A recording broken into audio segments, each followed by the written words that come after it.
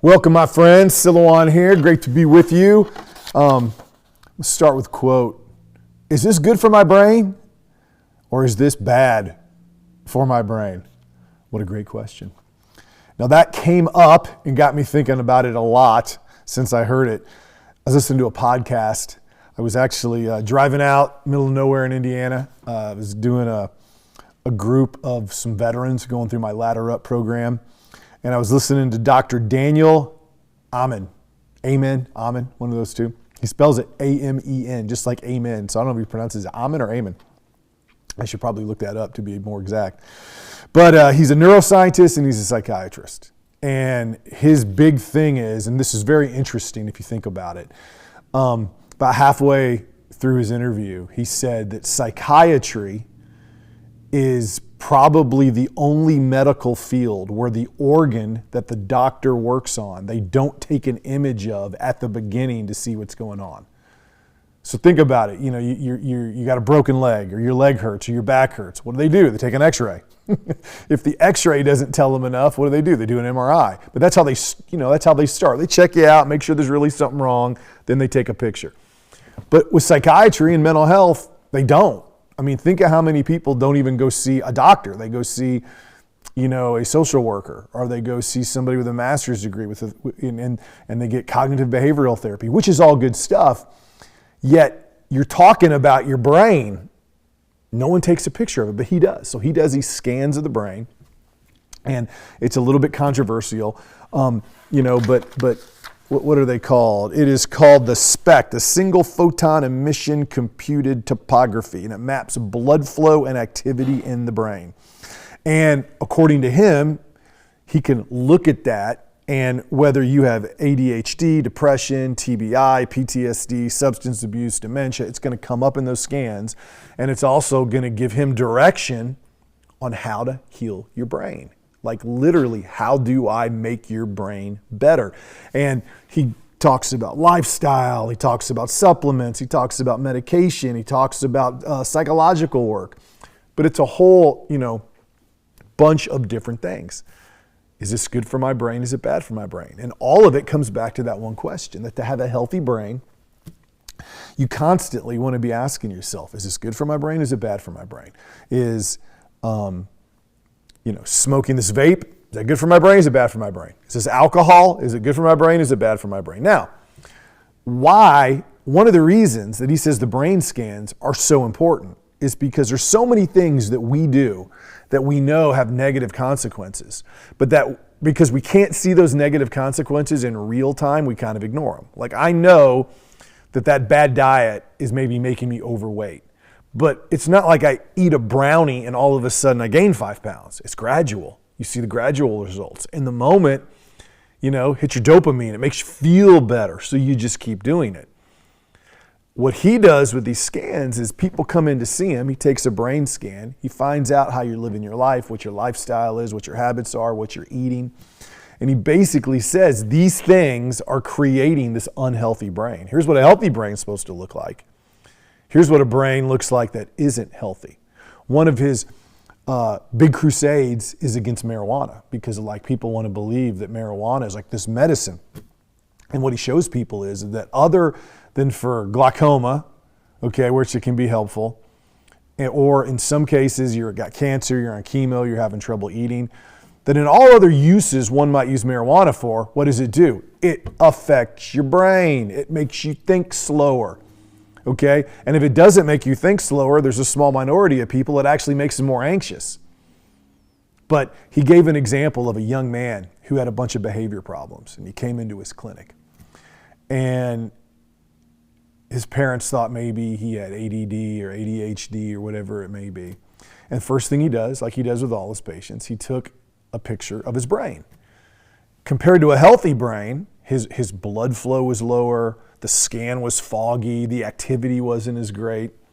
So he sits down with this young teenager, and he says it could only be 3 things. It could be this lifestyle thing, it could be a traumatic thing, or it could be you're smoking or vaping or something. And he said, I don't think it's the first one.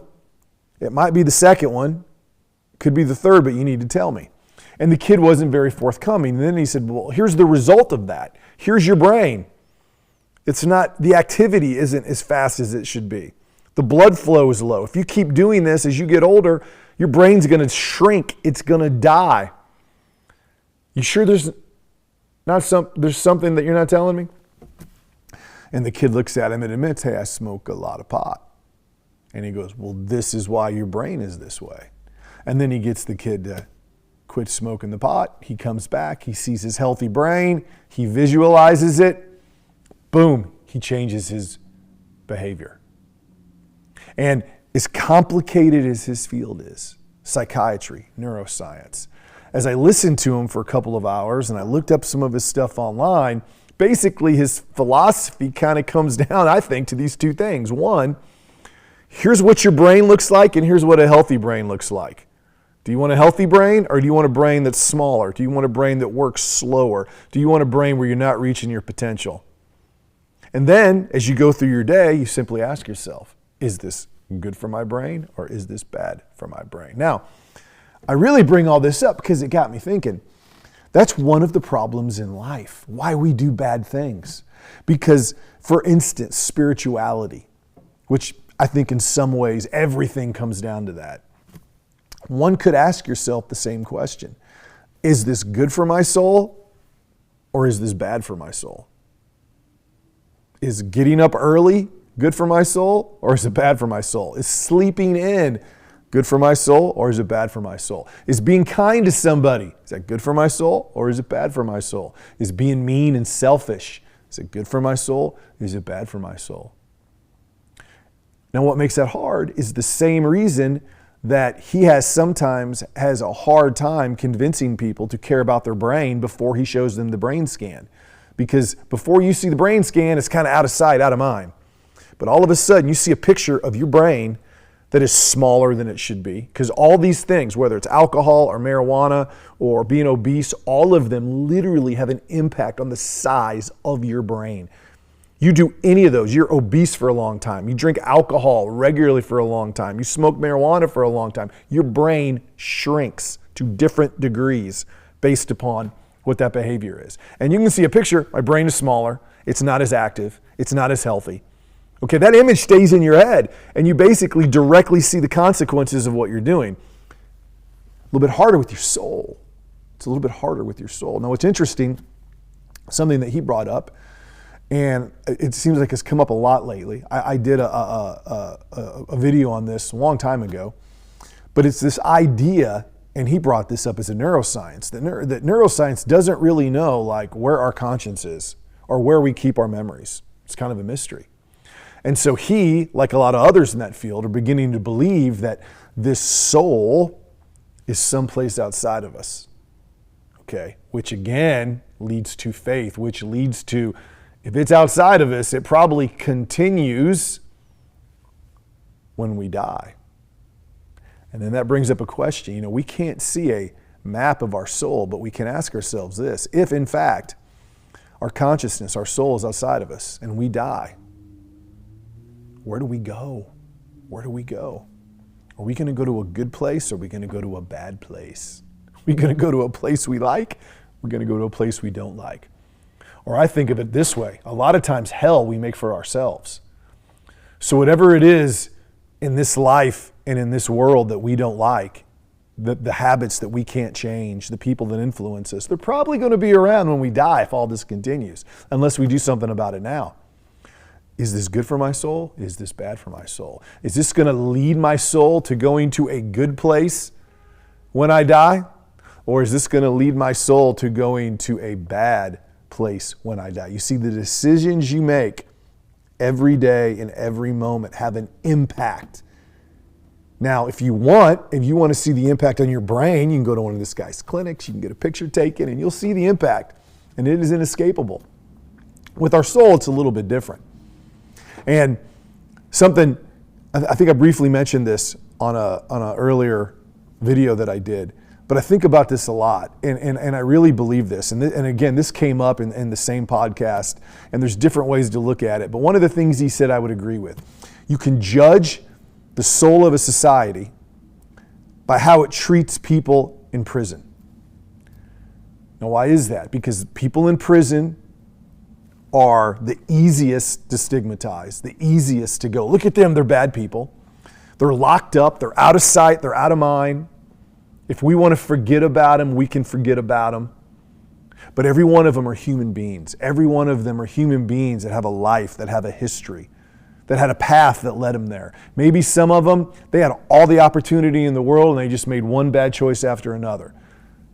But maybe some of them, they had a mom who was a drug addict. They had a dad who was in a gang. They were poor. They were traumatized. They were in a crash. We don't know about them. And until we go in there, until we engage with them, we don't know. And then you know what you might find, that I found in the years I spent, volunteering, going into prisons, even some of the people that are just bad people that made really bad choices, there could be something redeemable in their soul. And the act of taking time out of your day, not doing things that are important to you, going into a prison, which isn't easy, it's hard, takes time, and going in there and helping another is one of the most selfless things you can do. Now, I would say it's not just how you treat people in prison that shows the soul of a society. It's how you treat poor people, how you treat homeless people, how you treat single moms, how you treat kids in need. What do you do to help them? Well, forget about society. If you want a picture of your soul, you can take a scan of your brain. But if you want a picture of your soul, you know what the picture is? What you do for the least of these. That's a picture of your soul. You want to know the condition of your soul? It's biblical too. How you treat the least of these. Imagine I was there, you treated me. Did you visit the prisons? Did you help the widow? Did you help the poor person? Because if you did, you were helping me. That's what Christ says. But I would argue whatever you believe, whatever soul is, if you really want to know the state, a picture of who you are as a human being, what do you do for that person mentally ill walking down the street? What do you do for that addict that everybody's given up on? What do you do for that kid who's picked on? What do you do for those people in prison who are hopeless? What do you do for the families whose fathers or mothers are in prison and they're hopeless? Who do you invite to sit by you at church? That's your picture. And if you paint that picture and none of those people are in that picture, something is wrong with your soul. As good as you might think you are, as pure as you might think you are, if you are not helping those people, something is wrong. And we don't hear that enough. We think, life and being a good person is just to have friends, to have money in the bank. Well, guess what? Anybody with money in the bank and anybody with friends and anybody with a shelter over their head with a little bit of effort can be a good person. Okay? I don't say much. You want a picture of your soul, you look at what you do for the least of these. And if it's not much, heck, if it's not anything, you know what you need to start asking yourself? Is this good for my soul? Is this bad for my soul? Is what I'm doing on my phone good for my soul, or is it bad for my soul? Is what I'm reading good for my soul? Is it bad for my soul? Is what I'm putting in my body good for my soul? Is it bad for my soul? And then as you do that, what you will find, you will become a little bit more humble, a little bit more selfless. You might find time to help the least of these, and then maybe you will change that picture. And just let me tell you, as someone who has struggled with this themselves, when you see hope and love in the eyes of someone in need, it is just as dramatic as it is for that 13-year-old looking at a brain scan, seeing the impact of marijuana on their shrinking brain, on their lowered blood activity, on their lowered IQ, and going, I need to do something different. I want my brain to be bigger and more active and smarter. Maybe it'll have the same effect with you on your soul. Maybe as you do those things, that you create a picture of your soul where you're helping others, which is the only true way to gauge it, you will find the same excitement. You will find the same hope. And the beauty of this is it doesn't matter how much money you have, what you look like, how old you are, where you live. There's always another in need. You could be walking down the street, and as far as anyone knows, you're homeless, and you don't got $1 in your pocket. And you could be walking by someone who's having a horrible day. And you could just look them in the eyes and start talking to them and treat them like a human being. And guess what? That's who you are. That's the picture of your soul. Or you could be walking down the street on your way to your Jaguar and you got a Amex, black card in your wallet with no limit to it. And you got lots of important things to do. And you walk by that person who's in a bad place that needs another human being, and you just walk right by him, guess what? That's who your soul is. That's what your eternity is. That is the picture of who you are, whether you like it or not. And I promise you this, when you die, you ain't bringing that Amex card with you, and you're not bringing that Jaguar with you. The only thing you're bringing with you is that soul. And the state of it is being judged and will be judged, and is growing or shrinking, is becoming dark or is becoming light based upon how you treat the least of us. You want to see the eyes of God? You go help one of them. So, I hope I got you thinking today, my friends. Take some time to Google Dr. Amen. He's a great dude. I ordered a couple of his books. I can't wait to read them. I'll probably talk about them more. You can't get a picture of your soul like you can your brain, but you can paint a picture of your soul by merely having the humility to ask yourself, how do I treat the least of these? And if you don't like the answer, remember, everything you do from the moment you wake up to the moment you go to bed, is it good? Is it bad? I'm Sil. Hopefully you're going to move a little bit more towards the good. Can't wait to see you next time. Peace.